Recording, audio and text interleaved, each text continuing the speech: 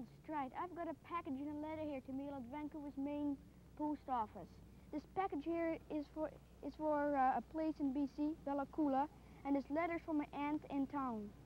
Mr. Collard is the supervisor in the post office, and he's going to explain to us what happens to the package in the letter. Fine, Arnold. Perhaps there's one or two things you'd like to know about the building before we start this parcel and letter on its way. First, it's the largest post office in Canada. Second, it's the largest welded steel frame building in the world. And at the present time, it's the only building in Vancouver that has a helicopter landing on the roof. What are those silver boxes for over there? Oh, those aren't silver, Arnold. They're aluminum. And that's what they are, mailboxes, for people who pick up their mail at the post office rather than have it delivered to their street address. Well, let's take this parcel now and start it on its way. I see you have it well packed, well tied, clearly addressed, and it has return address in the corner. Now, there's only one thing missing, and that is postage stamps. Yes. So we'll just turn around to the parcel post wicket here and get some postage put on it. Now, we'll get this clerk to weigh the parcel and put the postage on it. All right, Now, as you know, parcels going greater distances require more postage than those going nearer to home. Yes. On this particular case, it's going to cost 22 cents to send the parcel to Bella Coola. Now, he's going to take that parcel and he's throwing it on a conveyor belt that runs underneath this counter. Now, here you can see your parcel coming along, and the top blanket on the steep rising conveyor folds over the parcels and carries it up an angle of 54 degrees up to the 4th floor where it'll be sorted. Now, here we are at the top of the steep rising conveyor on the parcel sorting machine, where your parcel has been carried by the conveyor belts for sortation. See, the parcels slide down and the operator picks them up, reads the address, pushes them back on the door, and then presses a button. The doors open, and the parcels and newspapers drop from sight. This looks like your parcel coming along here now. You push the button, and away it goes down into the buckets. Now, would you like to go downstairs and see where the parcel comes out once it passes through these doors?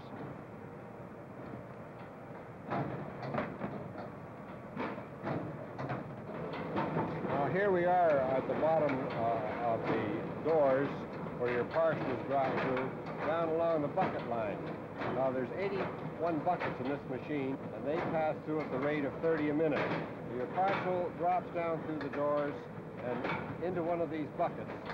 And when it comes to the transverse conveyor that leads to the sorting case, the bucket automatically opens and your parcel drops down onto the conveyor belt underneath the bucket and onto a metal chute that takes it down where the parcel can be sorted by hand.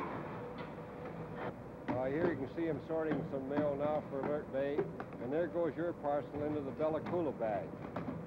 The bag's full now, so the clerk is taking it down off the rack, as you see him. He's tightening up the strings on the bag and locking it. Now he's pulling it over to the loading box on the floor, where it'll be sent down by a conveyor belt to the trucking floor, the next floor down, and it'll be dispatched to the boat.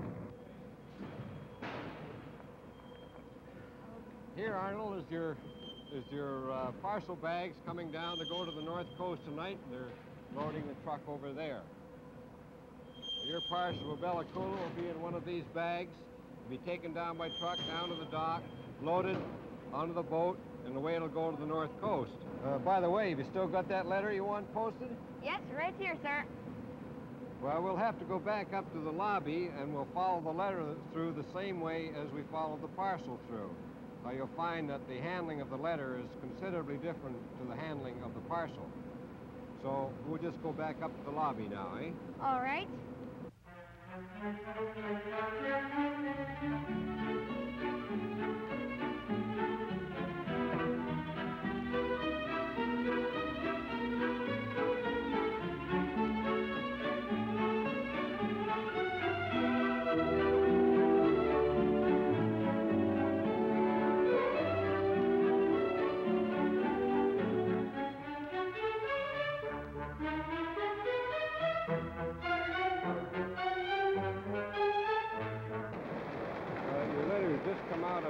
hoist onto the face-up table, and you can see the people picking up the letters and turning them so the stamp is all in the same relative position. So they go along the front of the face-up table and into the stacker, where they're stacked together, ready to be canceled. And the operator on the canceling machine picks the letters up from the stacker and runs them through the canceling machine. These canceling machines, with a good operator, can cancel up to 24,000 letters an hour, whereas if we have to cancel them by hand, we can only do a few in a minute.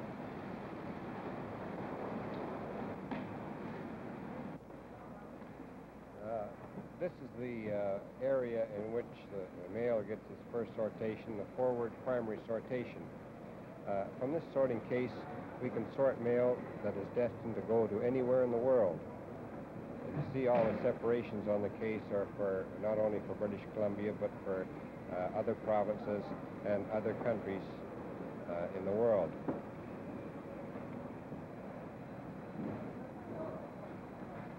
Now here we are at the city primary case. On this case, they just sort mail that is going to be delivered in the city of Vancouver and the surrounding delivery area. This is the letter carrier's sorting case, Arnold, or you'd probably know him as a postman. When he comes in here in the morning, this is where he sorts his mail ready for delivery. And laid out on it is all the streets and the house numbers that he delivers to. If we look through here, we might find your letter. Is this the one here? Yes, Well, that's going to 1726 Nelson Street. that's right. He would take that letter and look under Nelson Street. We come to the 1700 block, and there was 1726, and he'd sort it in there like that. What are the square-looking cards for? Well, these Yes. These are change of address cards that the letter carrier keeps for when anybody moves. He writes down the date they moved, their name, the house where they lived when they were going to move, and their new address. Whenever he gets a letter addressed to this person at the old address, he simply crosses out the old address and writes in the new one. Now, he keeps that for a period of 90 days, and then he crosses the whole thing out. This is the side where the letter carrier sorts his magazines, small parcels, rolls of newspapers, and big items that he can't get into his letter case. And he sorts them exactly the same way he does his letters, according to the street and the address. Does he have to carry all those heavy parcels all the way? No, he doesn't. He makes them up in bundles, and a truck takes them out to the letter carrier's relay box, which is those green boxes you see on the street corners. They have the coat of arms on the front of the box. Yes, I've seen them. The truck put them in the relay box in the order in which he's going to deliver them. And as he comes down the street to the relay box, he picks up another bundle of magazines and parcels, and away he goes again. What does the postman do with incorrect addresses on packages and letters? We have a special department for handling those sort of things. It's called the Undeliverable Mail Office, or as it's popularly known, the Dead Letter Office. How would you like to see it? All right.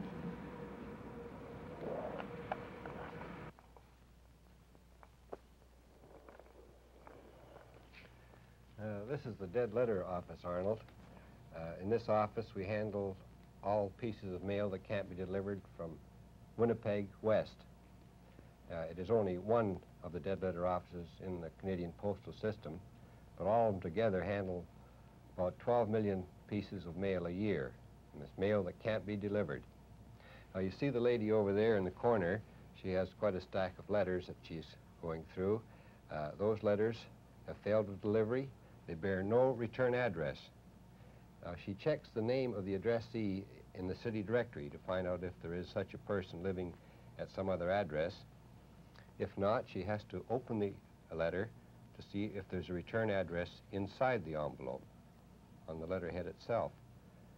The gentleman sitting at the next desk is doing the same thing with parcels. These parcels, again, have not been delivered.